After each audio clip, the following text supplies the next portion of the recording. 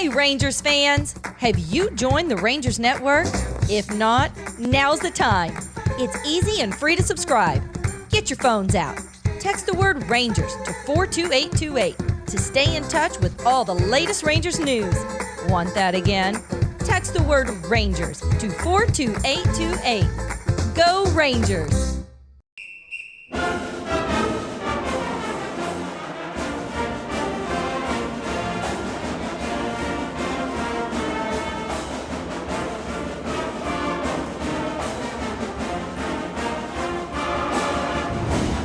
Clock goes under 10. Motion now.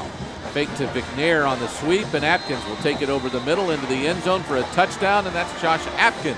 There it is. Second touchdown run of the night, and the Unicorns see the Rangers score again. Welcome to this week's episode of Inside Rangers Football. I'm your host, Brant Freeman. Joined alongside me, as always, is Smithson Valley head coach Larry Hill. The Rangers are streaking into the playoffs. They've won 6 straight, closing out the regular season with a 50-14 win over New Braunfels this past Friday. And Coach, you and I talked about it last week. That was a quality opponent you were facing in New Braunfels, so that qualifies as a quality win. It does. You know, they're another playoff team. New Braunfels is in a very tough league, 27-6A, as we've mentioned for weeks. So, you know, we knew going in it had a chance to be a tough game, and it was. You know, we just made some plays right at the end of the first half and then in the early third quarter that allowed us to pull away, maybe make that game, the score look a little more lopsided than the game really was. I want you to take us back, in fact, to that sequence near the end of the first half. New Braunfels scores a touchdown to draw within one. It's 15-14. On the ensuing drive, Josh Atkins scores on a 33-yard touchdown run, and then you recover a fumble on the ensuing kickoff return by New Braunfels and score quickly again. Going into the locker rooms, just how big was that? Well, it was big. The whole sequence was 4 plays. We threw a short pass to Trayvon, who went about 30-some-odd yards. Josh goes 33 the next play on a quarterback draw. We kick off, recover it, and 1 play Josh Dillon scores. So in 4 plays, we go from 1 up to, what would that be, 15 up. And then it's half, a play or 2 later, and then we get the ball coming out of the locker room and go score again. So, you know, actual time might have been 30 or 40 minutes. In real football plays, 6, 7, 8 plays, the whole game just turned. Well, we mentioned Josh Atkins' touchdown run. Throwing the football, he was 16 of 17, had 2 touchdown runs on the day. Josh Dillon heavily involved both as a pass catcher and as a runner Friday, and then went over the Unicorns. Very balanced offensive attack for you against New Braunfels. Really was. You know, we featured several different backs who had good games, had some big plays called back, some big runs called back for penalties, but the receivers played well. Josh, as you mentioned, you know, he didn't play much in the fourth quarter, so his numbers weren't what maybe they could have been, but 16 for 17 is pretty good. We'll get him to focus a little more, maybe go 17 for 17. Right. He clearly wasn't tuned in. But I thought our offensive line played well. Defensively, after the first couple of drives, I thought our guys adjusted well to some unexpected things that New Braunfels was throwing at us and really settled in and played a good defensive second half. Yeah, I want to expand on that. You close the door on New Braunfels after halftime. Looking back at the 6-game winning streak, defensively, you have allowed a grand total of 13 second half points, 2 touchdowns over the past 6 ball games. What does the stat say like that in terms of the way your defense is playing? Well, I guess first of all, it speaks to the football IQ of really all of our defensive team. You know, they've been very good at coming off the field, talking to their coaches about what they're seeing, what they're getting, and making adjustments and that sort of thing. And, you know, things that have been hurting us maybe don't hurt us again. You know, that's what you hope for anyway. And obviously they have ability. Just knowing what may be coming or what to do is not good enough. You got to have some players who can make plays. And right now we've got a little bit of both of those things going on. Well, you went 6-1 in the 27-6A district, a gauntlet of a district. How battle-tested is your football team going into the playoffs now? Well, I hope they are. I hope we're not beat down. That's the other, the disadvantage of being in 27-6A. The advantage you hit on. You know, you've been forced to play at a high level for 7 weeks, and so you hope that'll carry you into the playoffs, where obviously the level of play is very high. So we hope we're ready. We're going to find out. All right, Coach. Well, a lot of big plays for you in the win over New Braunfels this past Friday. You scored 50 points, so I know we have a lot of plays to look back on. Let's go to the film room and take a look. Let's take a look. Our first big play is a touchdown pass to Josh Dillon, one of our senior wide receivers. Got the circle around him there at the top of the screen. On the play, he will run down and run into the post. You can see him run up on the corner and then break it into the post. We get great pass protection. He's able to beat the corner. The safety's occupied with the other receiver. Coverage is pretty good by the corner and the safety. You can see Josh Atkins, our quarterback, drops it right in the hole, right in the middle of the end zone there for a touchdown that gets us going, because at the time we hadn't scored yet. That was our first score. We were down 7-0. From the end zone, you can see it a little better. There's Josh on the left there with the arrow. What you'll also see as this play unfolds is a great pass protection. There's the play fake. You can see we've got a wall to our left, a wall to our right. Nice cup there for our quarterback to get into. Then we've got two receivers, Eddie Martinez on the right, Dorzel Hunter on the left, that are occupying 4 defensive backs that you see in the screen, which opens up a one-on-one opportunity in the back. And then you can see Josh, and I'll slow that down. That ball comes right in there, pretty well covered, but yet a touchdown. Well-executed play by a lot of guys. Second big play is a defensive sack. We'll focus first on Brandon Arnold, senior defensive tackle, number 99 here with a circle around him. He's going to force the action, and then Jack Gibbons will get the sack. Brandon goes past the offensive lineman and then turns the corner twice, there and there. Can't quite get to him as the quarterback escapes, but now Jack Gibbons is waiting for him over here, and he's able to actually benefit from what Brandon was doing, and we throw him for a 12, 13-yard loss. You get an opportunity to see that from the rear. You see Brandon right here on the left, got arrow on him, and then Jack Gibbons, our middle linebacker, on the right. We'll focus first on Brandon, going up and around the center, is actually trying to block him. Beats him there. There's Brandon on the left. Quarterback's having to flee from him. When he does, Jack's able to get there and make the sack over near their numbers on their sideline. Our last big play is our second to last touchdown. We'll focus on Davis Grotchett, a senior tight end who's actually in a split out position here. Throughout the evening, oftentimes Davis was out blocking the cornerback, whose feet you can see at the top of the screen, for a wide receiver screen. This time we fake it. He fakes the block, and we pump fake, as you can see Josh pump fake in that same wide receiver screen. And then all the defensive backs drive forward to stop Josh Dillon on that screen. Opens up Davis in the back. You can see he's all alone for an easy throw and catch right over in the corner of the end zone. You can see that from the rear again. Davis is just on the left right there, got an arrow pointing to him. Get great pass protection, which you can see a little better from this angle. You can see that Josh has got good time to pump fake, got a nice cup to stand in. All the defensive backs driving forward, as we mentioned. And then there's the throw and catch, all 4 DBs all on at the bottom of the screen. Davis makes the catch for a touchdown that puts the game away. And those are our plays of the week. Well, Coach, that last one involving Davis Grotchett, he had 2 touchdowns of his own this past Friday, something we had yet to mention in the recap of the game. And Grotchett really appears to be a new weapon to the offense, at least one that's coming on strong as of late. That adds a new element for you, doesn't it? Well, we hope so. The play of he and our other tight end, Dorzel Hunter, has really been instrumental in our offensive surge. And both those guys are great athletes, good blockers, can play well in space, play as wide receivers and not just as tight ends. And then they both have good hands. They're not leading the nation in receptions, but they can catch it as you saw. And hopefully that makes the defense have to account for them. Well, the regular season is over. The playoffs are here now. Coming up later in the show, we're going to preview the Rangers' postseason opener against Warren. We also have your weekly senior moments coming up. All that and more on its way right here at Inside Rangers Football, and we're back in just a moment.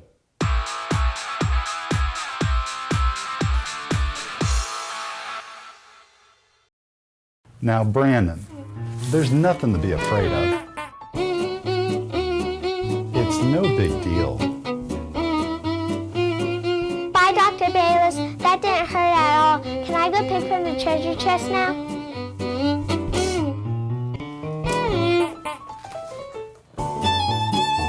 Summerhill Dental is your Smithson Valley dentist. We're close by and we care.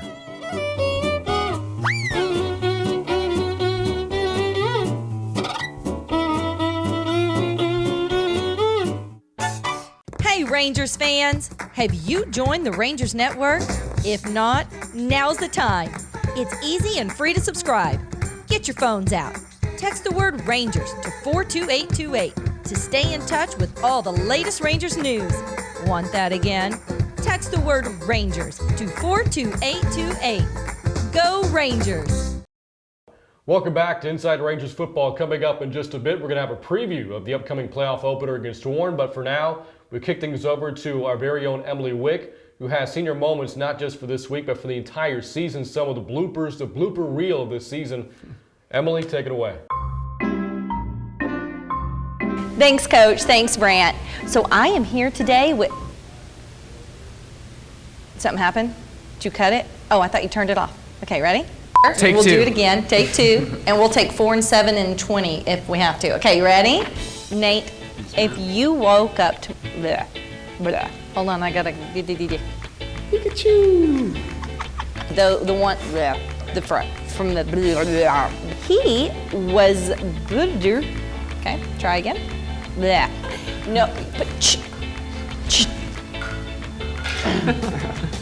And you'll have to laugh. We have to laugh. You have to. What if we really don't think No, it's you have to.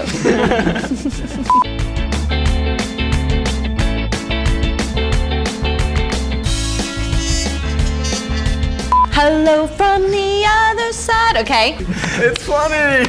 All right. Go Rangers! Go Rangers. All right. Go Rangers!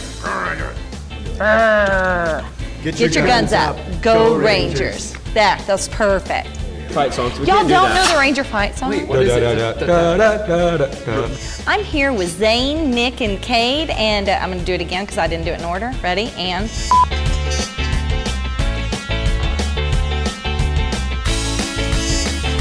Yeah, I'm quite the gum fanatic, so... How many packs per week do you go through? Or is it more pieces per week? How do you...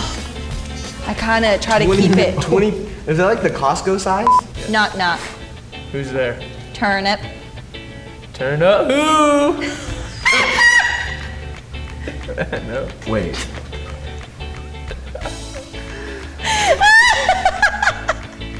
That's funny right there. To the olive say after oh dang. Go ahead. Start it over. Merrily, merrily, merrily, merrily, life is but a dream. Just don't give up my brain power. It's just... So easily pleased. Because I'm so easily pleased. So that, again, the blooper reel for the season for Inside Rangers Football. And coaches, you and I, we never mess up. No bloopers for us. I think everybody will enjoy that piece. Maybe not Emily. Maybe not, but that's all right. We'll forgive her for this time. I tell you what, right now, at this time of the show, let's kick things over to the weekly Little Men segment. Today's Little Men segment concerns defensive line play at Smithson Valley. A lot of people think defensive line is simply barge into the offensive lineman and go make the tackle. It's really quite scientific, so a lot more to it than that. We use what we call gap control. They have a certain area that they are to control to make sure the ball is not run there. And if it is run there, they must make the tackle. And if it's not, then the play has to go somewhere else where someone else can make the tackle. To better illustrate it with the little men, Coach Brad Lind is with us today. Brad's been our defensive line coach for a number of years. I think he can show it to you best with the little men. Then we'll go to the screen, look at it in game action. So, Coach, take us through gap control. All right, the offensive line, we show the gaps by saying this is the A gap next to the center, and then the next 2 gaps would be the B gap. So we align a player, our defensive tackle, in the B gap, and we align our nose guard in the A gap. Now, simple scheme that most offenses use, whether it's a sweep or whether it's a toss or whether they hand it off, is what we call a zone scheme. They're either zoning to the right or they're zoning to the left, and all their players step with the right foot and move that way. Well, if you're controlling a gap on defense and that gap moves, then you have to move with it. So if this man tries to what we call a reach block, then we have to stay in that gap when he tries to reach us. On this side, if the center is veering up to the linebacker, then the next man is going to try to block us, and our gap moves, so we have to stay in that gap. Sometimes our players make the play in the gap. Other times, the linebackers fill the next gap and make the running back cut back. So I think the film shows it just as good as what I just showed you. So what we're doing is controlling our area. The linebackers are taking the other areas, and hopefully they can't make any yards running the football. Let's watch the Rangers in action on film and see what gap control looks like. Example of gap control in the game against Canyon a year ago. Coach Lynn, what are we seeing here? Well, as the offensive line, you can see they're all stepping the same direction to our right, and so the gap moved, and so our defensive tackle stays in his gap, number 99, and our nose guard, the center, tries to come up and block the linebacker, so the nose guard is free to go make this play. When he does, then that forces them in the other gap. Now the linebackers know exactly where they're supposed to be because the defensive line has done their job. They all converge on the ball. We make the tackle for a loss. Here's another look in a playoff game from a year ago. Now the offense is stepping the other way. As the gaps move, then our defensive line has to fit that gap. The running back tries to keep going that same direction, so this time our defensive linemen make the play. He can either run where we're responsible or we can send him somewhere else. When gap control is done right, it's very difficult to run the football against Smithson Valley. Coach Lynn, thanks for showing us that. And now, let's go to Ranger Trivia.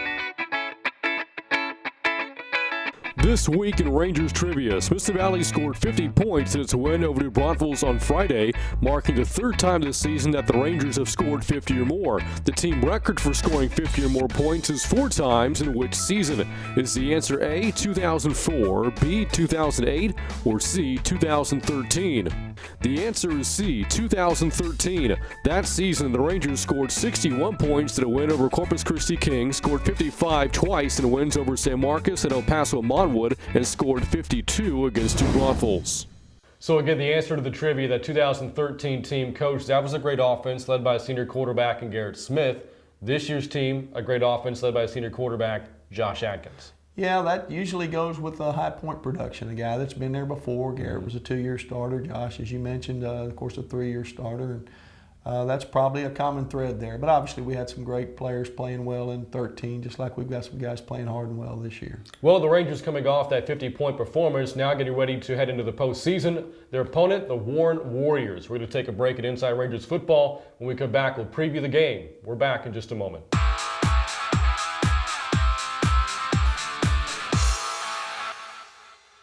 This November, vote for a man who knows how to be an American in America for Americans. Vote for Coach Hill for President of the United States. He's not afraid of anything.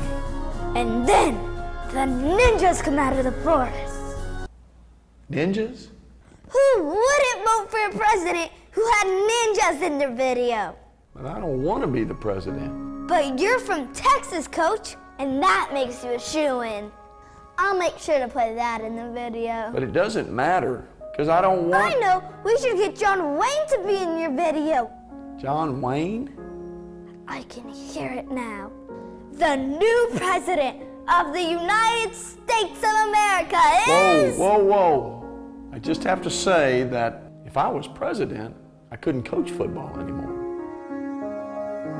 Well then, I'm officially resigning as your campaign manager and vice president. Okay then. Coach, how tall do you think you have to be to run for president? This political ad was paid for by Wick Productions. Watching a video is just better than reading stuff.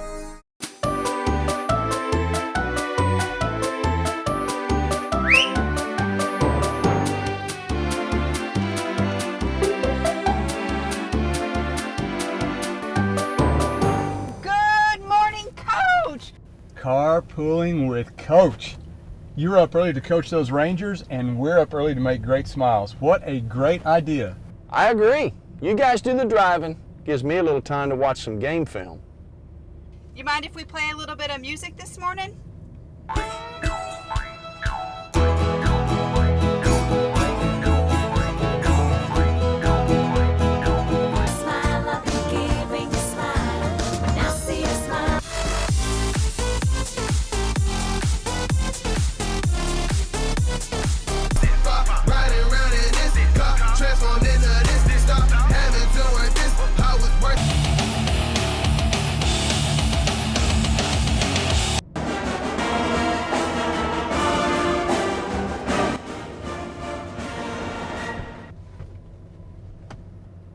Hey, Coach, that was so much fun. What time should we be here to pick you up? About the time the Rangers wore red.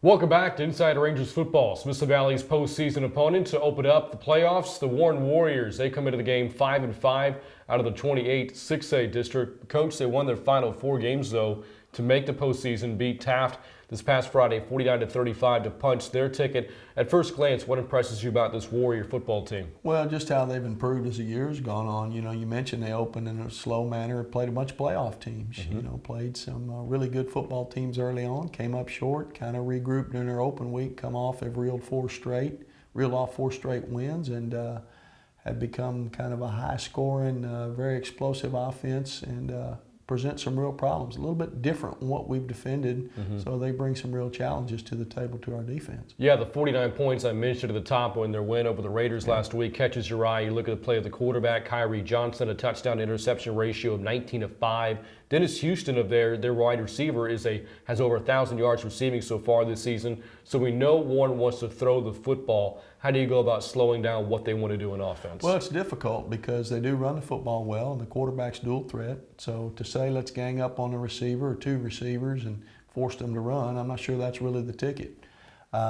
When people have loaded up to stop the run, they've been able to feature those 2 receivers. So we have to mix our looks, make them think it's this when it's really that, you know, those sorts of things. And hopefully we can get some turnovers and maybe create some short fields for our offense. That district has typically been one that has had a lot of athletes on defense. I would imagine that Warren is not that much different than what you faced in years past, teams out of that 28-6A district. What do they do defensively, and what challenges do they present? Well, their defensive ends are young guys, both sophomores, very active, very athletic, up the field, make it tough to get to the edges. Their safeties are really good run support. Whenever you try to run the football, they get that 8th and 9th guy down in the box to stop you. And you know, their linebackers are big, strong, bring it at me guys, play the inside run very, very well. So again, I don't know that there's any, just kind of like our defense, I don't know there's any one thing our offense is going to be able to do at will. We're going to have to be pretty balanced and kind of pick our spots. Something you mentioned in the last segment that we had when recapping the trivia was the fact that Josh Adkins is a 3-year starter at quarterback. Your quarterback is obviously the prime position in football no matter what level you're talking about, high school, college, or pro. Just how advantageous is it the fact that you have a 3-year starter who's been to the playoffs twice already, leading you into the postseason again this year? Well, it's an advantage. I think it's one that anybody would like to have. We're very fortunate. You know, he's playing well. He's, like you said, he's been there before, and you know, we've got some other guys who've been there before too. But those who haven't are going to look to the guys who have, and Josh will be one of them. And hopefully the guys will feed off what he's doing. Just how much different is playoff football from that of the regular season? Well, it is and it isn't. You know, football's football. You're going to run your plays. They're going to run their plays. You're going to run your defenses, etc. But there's more pressure. You know, half of them are going to be through next week. Half of them will advance. You know, there's no room for error. The weather's a little cooler. A lot of teams are already through playing football.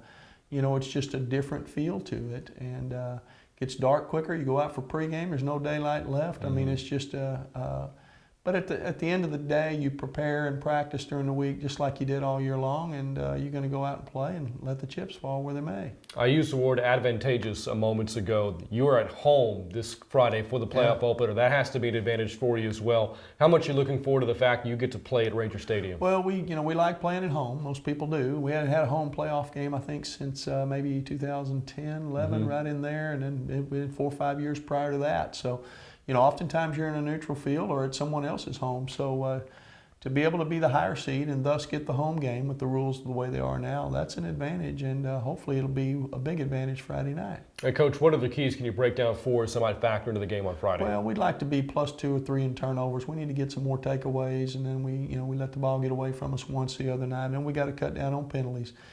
You know, we were heavily penalized the other night. We're fortunate, didn't affect the outcome of the game. But those are the types of things that are going to, that big ball games, playoff games are going to turn on. So I look to those 2 things. We need to make market improvement.